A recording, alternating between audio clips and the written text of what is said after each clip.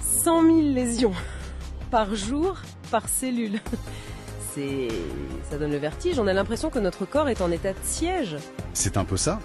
Et si on est encore là, c'est uniquement parce que la cellule a développé toute une panoplie de kits de réparation d'une efficacité redoutable. D'accord.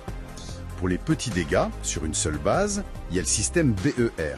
C'est un scalpel de précision qui retire juste la base abîmée et la remplace. Et pour les dégâts plus gros? Alors, si une lésion déforme carrément la double lisse, comme celle causée par les UV, Oui. la cellule déploie le système NER. Là, c'est plus un scalpel. C'est une équipe de BTP moléculaire qui découpe tout un segment d'une vingtaine de bases et le reconstruit à neuf. C'est un système important, j'imagine. Crucial. On le voit dans des maladies comme le xéroderma pigmentosum. Un défaut dans ce système NER rend les patients ultra sensibles au soleil et du coup au cancer de la peau. Mon guide dit que la cassure des deux brins, c'est la catastrophe nucléaire pour la cellule. C'est un peu dramatique, non? Pas tant que ça. C'est parce que le fil est littéralement coupé en deux. Et il n'y a plus de modèle en face pour réparer. C'est ça le problème. C'est exactement ça. Le chromosome risque de se fragmenter. C'est souvent une sentence de mort. Alors face à cette urgence, la cellule a deux stratégies, Un plan A et un plan B. en quelque sorte. La première, c'est le NSAJ. C'est la solution d'urgence.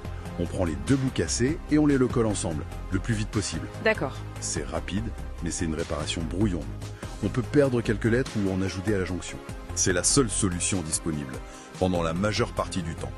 Le risque d'une petite mutation est jugé préférable à la certitude de perdre un bout de chromosome. Et la solution parfaite, elle existe? Elle existe. C'est la recombinaison homologue, ou HR. Là, c'est de la réparation de haute fidélité. Comment ça marche? Pour ça, la cellule utilise la copie parfaitement identique du chromosome, la chromatide sœur. Ah oui. Elle l'utilise comme modèle pour reconstruire la partie cassée sans aucune erreur. Mais j'imagine qu'il y a un mais.